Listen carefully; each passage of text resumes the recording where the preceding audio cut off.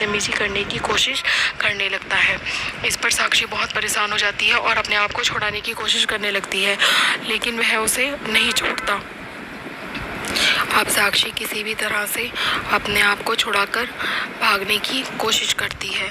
उसका भाई बहुत ही ज़्यादा ढीठ और बदतमीज़ किस्म का आदमी है। वह उसके साथ बदतमीजी करता है और साक्षी को बहुत ज़्यादा परेशान करने लगता है।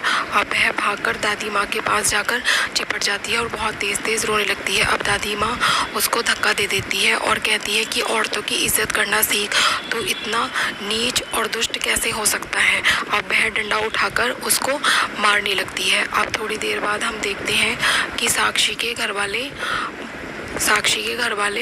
वापस आ जाते हैं। साक्षी घर में और दादी माँ के साथ अकेली होती है। अब जब उसके घर वाले वापस आते हैं तो साक्षी बबलू को देखकर रोने लगती है और बबलू को चिपट जाती है और कहती है कि तुम्हारे भाई ने मेरे साथ बदतमीजी करने की कोशिश की। अब बबलू इस बात पर विश्वास नहीं करता है और उसका भाई कहता है कि कितना झूठ बोल रही हो, मैंने तुम्हारे साथ क्या किया, मैंने तो कुछ भी नहीं किया।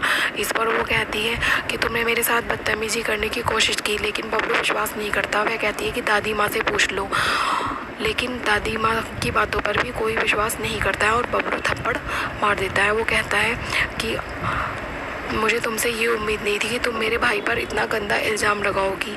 मुझे तुम्हारी जैसी औरत के साथ कोई भी रिश्ता नहीं रखना है। मैं आज अभी इस रिश्ते को ख़त्म करता हूँ क्योंकि तुम बहुत ही बुरी औरत हो। इस पर साक्षी कहती है कि ठीक है, रोज़ रोज़ मरने से तो अच्छा है कि तुम मुझे एक ही बार मार दो। लेकिन वो कहता है कि अब मैं तुम्हारे साथ एक पल भी नहीं रह सकता हूँ, मैं तुम्हें आज के आज ही छोड़ता हूँ। और वह तलाक तलाक तलाक कहकर साक्षी को छोड़ देता है। अब उसका के अब्बू देखते हैं और कहते हैं कि ये कैसी औरत है जो मेरे बेटे पे इस तरीके का इल्ज़ाम लगा रही है। और वो कहने लगते हैं कि तुम बिल्कुल सही औरत से शादी नहीं की, और बबलू उसे तलाक देकर चला जाता है। अब हम साक्षी को कमरे में बैठे हुए देखते हैं और साक्षी बहुत रो रही होती है। अब साक्षी की सास साक्षी के पास आकर कहती है कि क्या हुआ। तब वह कहती है कि अब हमने फैसला कर लिया है कि अब हम इस घर में नहीं रहेंगे। तब बबलू की माँ कहती है कि सुनो, तुम कहाँ जाओगी, तुम्हें कोई नहीं रखेगा। अब तुमने क्या सोचा है, बबलू से तो तुम्हारी शादी टूट चुकी है। इस पर साक्षी हैरान होकर कहती है क्या बबलू से हमारी शादी टूट चुकी है, लेकिन ऐसे कैसे वो हमारे साथ शादी को तोड़ सकते हैं, अब क्या होगा। तब उसकी सास कहती है कि एक रास्ता है जिससे तुम्हारी शादी बबलू से दोबारा हो सकती है। साक्षी कहती है कैसा रास्ता। तब साक्षी की सास कहती है कि हमारे धर्म में हलाला का रिवाज है, अगर तुम अपने अब्बू के साथ हलाला कर लेती हो और उसके बाद तुम्हारे अब्बू तुम्हें तलाक दे देते हैं तो बबलू से तुम्हारी दोबारा शादी हो सकती है। वो कहती है हलाला ये क्या होता है। तब कहती है कि तुम्हें अपने अब्बू जान के साथ, अपने ससुर के साथ शारीरिक संबंध बनाने होंगे। इस पर वह कहती है क्या, ऐसा कैसे हो सकता है अम्मी, ये आप कैसी बातें कर रही हैं। तब कहता है क्यों, इसमें गलत क्या है। बबलू कहता है ये हमारे धर्म में रिवाज है। तब साक्षी कहती है कि रिवाज है, ये कैसा रिवाज है कि हमारे धर्म का यही रिवाज है और हम इस रिवाज का सम्मान भी करते हैं। इस पर साक्षी कहती है कि मैं इस बात के लिए कभी भी सहमत नहीं हो सकती। वह तुम्हारे पिता है और मैंने भी उन्हें अपने पिता का दर्जा दिया है, और तुम लोग चाहते हो कि हम उनके साथ सो जाएं। इस पर वह कहती है कि मैं ऐसे रिवाज पर थूकती हूँ, और वह बबलू के ऊपर थूक देती है। अब बबलू उसे बहुत तेज कसकर थप्पड़ मार देता है और कहता है कि हलाला तो तुम्हें करना ही पड़ेगा। अब साक्षी बहुत रोती है और बहुत परेशान हो जाती है। अब हम देखते हैं कि मौलवी और काजी के पास उसके पिता और बबलू जाते हैं और कहते हैं कि हमें कोई तरकीब सुझाएं। इस पर वह कहते हैं कि 3 महीने की इद्दत को मैं 3 दिन में कर सकता हूँ। अब साक्षी इस बात के लिए तैयार नहीं होती है तो उसके घर वाले उसको बांधकर एक स्टोर रूम में रखते हैं। अब साक्षी की सास उसे ज़बरदस्ती मांस खिला रही होती है। साक्षी खाने से इनकार करती है तो उसकी सास कहती है कि खाना है तो खा, वरना मर, अब तो तुझे यही सब कुछ खाना होगा। अब साक्षी बहुत ज़्यादा परेशान हो जाती है और उसे कुछ समझ में नहीं आता है कि मैं क्या करूं। अब वह अपनी सास से कहती है कि अम्मी आप तो बहुत बड़ी बड़ी बातें करती थी ना कि हमारा धर्म ऐसा है वैसा है, है, औरतों की इज्जत करना सिखाता है। ये बातें सिर्फ कहने के लिए ही थी या फिर करने के लिए भी, मुझे समझ में नहीं आता कि तुम्हारा कहीं भी बात सच थी या फिर झूठ। अब हम देखते हैं कि साक्षी को हलाला के लिए तैयार किया जाता है। वो सज सवर के तैयार हो जाती है। इधर उसके अब्बू भी सज सवर के तैयार हो जाते हैं। उनका बड़ा बेटा उनको सूट बूट पहनाकर तैयार कर रहा होता है और हलाला के लिए बधाई दे रहा होता है। अब हम देखते हैं कि उसके अब्बू अपने बेटे बबलू से कुछ बात कर रहे होते हैं और वो साक्षी के कमरे की तरफ बढ़ने लगते हैं, लेकिन साक्षी इस बात की इजाज़त नहीं देती। अब हम देखते हैं कि वो एक स्टोर रूम में बंधी हुई होती है। बबलू की दादी माँ आकर उसके हाथ और पैर खोल देती है और कहती है कि जिस कौम में औरतों की इज़्ज़त करना सिखाते हैं, उस कौम में तुम्हारे जैसी बच्ची का क्या हाल कर दिया। अल्लाह इन्हें कभी माफ़ नहीं करेगा। हम यहाँ पर देख सकते हैं कि बबलू की दादी इंसानियत की मिसाल कायम करती है। वो अपने धर्म से बढ़कर इंसानियत को तवज्जो देती है और वह कहती है कि बेटी जा, तू यहाँ से भाग जा। अब हम रास्ते में देखते हैं कि साक्षी को बबलू की माँ साक्षी कहकर पुकारती है। तब साक्षी बड़ी हैरानी से देखती है कि इन्होंने मुझे आज साक्षी क्यों कहा, ये तो मुझे हमेशा साविया कहती है। अब वो कहती है कि साक्षी मेरी कोई बेटी नहीं है ना, इसलिए मैं तुम्हारी तकलीफ़ नहीं समझ पाई, लेकिन अब मुझे समझ में आ चुका है कि एक औरत का दर्द क्या होता है और आज मैं तुम्हें जाने की इजाज़त देती हूँ। अब वह घर से भाग जाती है और रास्ते में बबलू का बड़ा भाई साक्षी को पकड़ लेता है और उसके साथ बदतमीज़ी करने लगता है और उसे जाने नहीं देता। अब वह साक्षी को धक्का मारकर नीचे ज़मीन पर पटक देता है। साक्षी गिर जाती है। साक्षी भूखी प्यासी लाचार और बहुत कमज़ोर हो चुकी थी, उसमें लड़ने की शक्ति नहीं थी। अब बबलू का भाई कहता है कि तुमने अब्बू जान को, बबलू को, सबको खुश कर दिया, मुझ में क्या कांटे लगे हुए हैं। उसकी ये बात बहुत हैरानी से साक्षी सुनने लगती है और मिट्टी उठाकर उसकी आंखों में फेंक कर मार देती है और वहाँ से भाग जाती है। अब वो भागकर सीधा अपने माता पिता के घर आती है। उसके पिताजी कहते हैं वहीं रुक जा कुलक्षणी, हम तेरा अंतिम संस्कार कर चुके हैं, तेरा हमारे घर में कोई भी काम नहीं है, तो हमारे घर में अंदर प्रवेश नहीं कर सकती है। अब वह भागकर आ जाती है और अपने पिताजी को समझाने लगती है कि पापा मुझसे बहुत बड़ी गलती हो गई, मुझे क्षमा कर दीजिए, मुझे माफ़ कर दीजिए, मैं कहाँ जाऊँगी। रोने लगती है, गिड़गिड़ाने लगती है, लेकिन उसकी माँ कहती है कि अब तुम्हारे साथ हमारा कोई भी संबंध नहीं है, तुम निकलो हमारे घर के बाहर। और उसका बाप उसे धक्के देकर घर के बाहर निकाल देता है। अब साक्षी दरवाज़ा बहुत ज़ोर ज़ोर से पीटने लगती है और बहुत रोती है। उसे कुछ भी समझ में नहीं आता, मैं क्या करूं, कहाँ जाऊं। अब उसकी माँ और पापा घर में अंदर चले जाते हैं। अब साक्षी खड़ी हुई रोती रहती है और बहुत परेशान होती रहती है। अब उसे समझ में नहीं आ रहा होता है कि वो क्या करे। हर दरवाज़ा उसके लिए बंद हो चुका है। बबलू के घर से वो भाग कर आई है और उसके माता पिता उसे अपनाना नहीं चाहते। उसे कुछ भी समझ में नहीं आ रहा होता है कि वो क्या करे, कहाँ जाए। अब साक्षी आत्महत्या करने के बारे में सोचने लगती है और एक पानी के तालाब के पास आकर खड़ी हो जाती है। उसे अपने माँ बाप की कही भी बातें याद आने लगती हैं।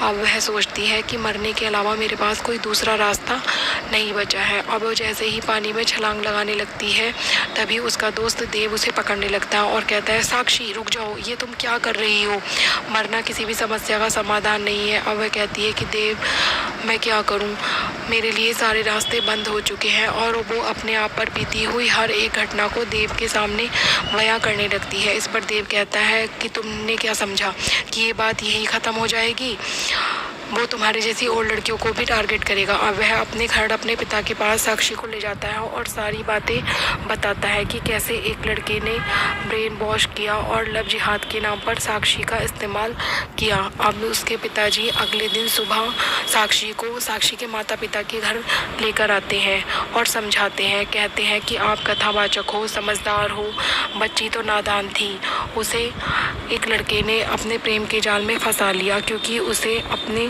लव जिहाद के टारगेट को पूरा करना था, उसे लड़कियों का इस्तेमाल करना था क्योंकि उसे अपने लव जिहाद के मकसद को पूरा करना था।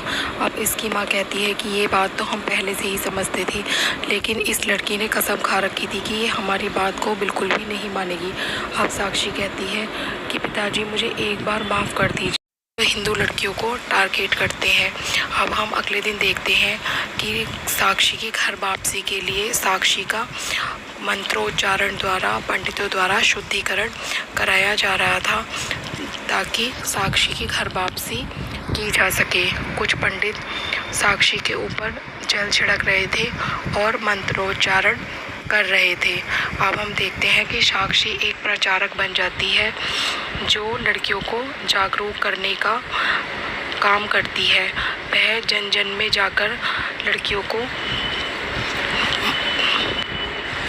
को जागरूक करती है और उन्हें बताती है कि कैसे उन्हें अपने आप को इन लव जिहाद का मकसद पूरा करने वाले लोगों से बचाना है। अब हम देखते हैं कि बबलू उसके पास जाता है जिसने बबलू को इस मकसद को पूरा करने के लिए, जिस आदमी ने बबलू को ये सब कुछ करने के लिए पैसे दिए थे। अब वह बबलू को साक्षी की फ़ोटो दिखाता है और कहता है कि ये देखो साक्षी ये सब कुछ क्या कर रही है, ऐसे तो हमारे मकसद पर पानी फिर जाएगा। अब हम देखते हैं कि साक्षी अपने दोस्त देव के साथ गाड़ी में कहीं जा रही होती है और उस पर अटैक हो जाता है। अब बबलू का उसको फ़ोन आता है और कहता है कि क्या हुआ, तुम डर गई?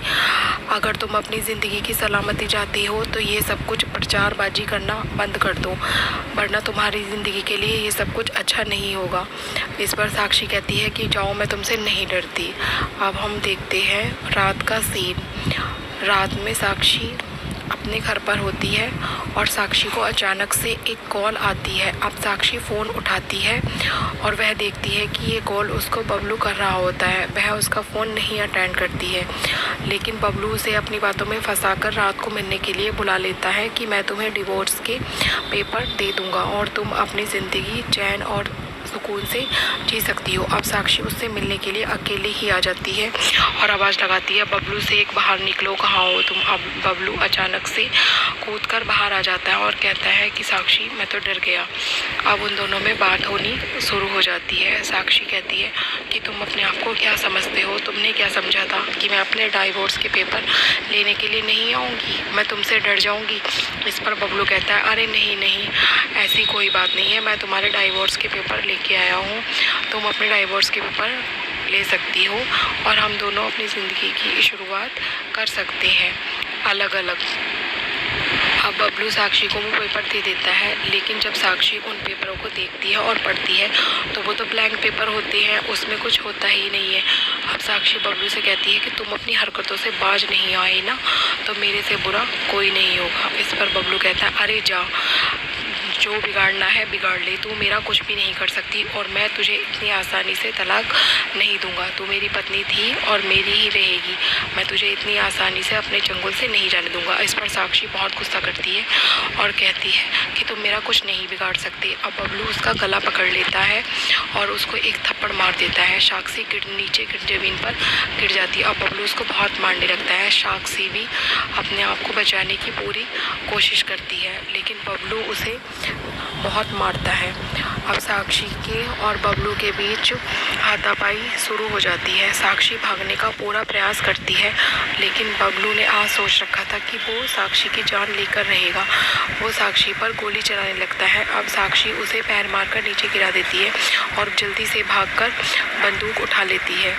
अब वो बबलू को गोली से मारने लगती है। अब बबलू घबरा जाता है। बबलू कहता है, अरे साक्षी मुझे मत मारो, मुझे माफ़ कर दो, मुझे छोड़ दो। इस पर साक्षी कहती है, माफ़ कर दो वो भी तुम जैसे दरिंदों को।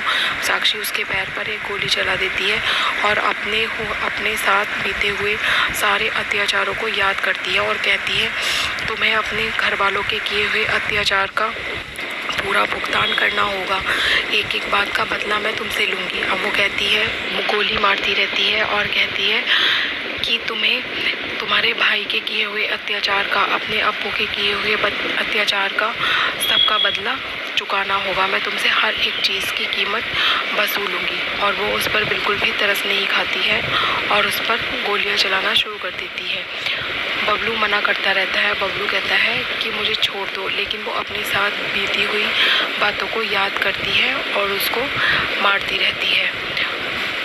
अपने साथ किए हुए उसके अब्बू के अत्याचार का बदला वो लेती है। ऐसे करते करते बाद साक्षी ने ठान लिया था और अपने मन को मजबूत बना लिया था कि जिस तरह से इसने मेरे साथ में लव जिहाद का नाटक किया, प्यार का नाटक किया, मैं हर उस चीज़ का बदला आज इस लेकर रहूँगी। और वो उसकी जान ले लेती है, उसे मार देती है। अब हम अगले दिन देखते हैं कि कोर्ट में साक्षी को बाइज्जत बरी कर दिया जाता है। उसे इस केस के लिए केस की फाइल बंद कर दी जाती है और कह दिया जाता है कि साक्षी ने जो कुछ भी किया वो सब कुछ आत्मरक्षा में किया, इसलिए साक्षी पर कोई भी केस नहीं बनता है।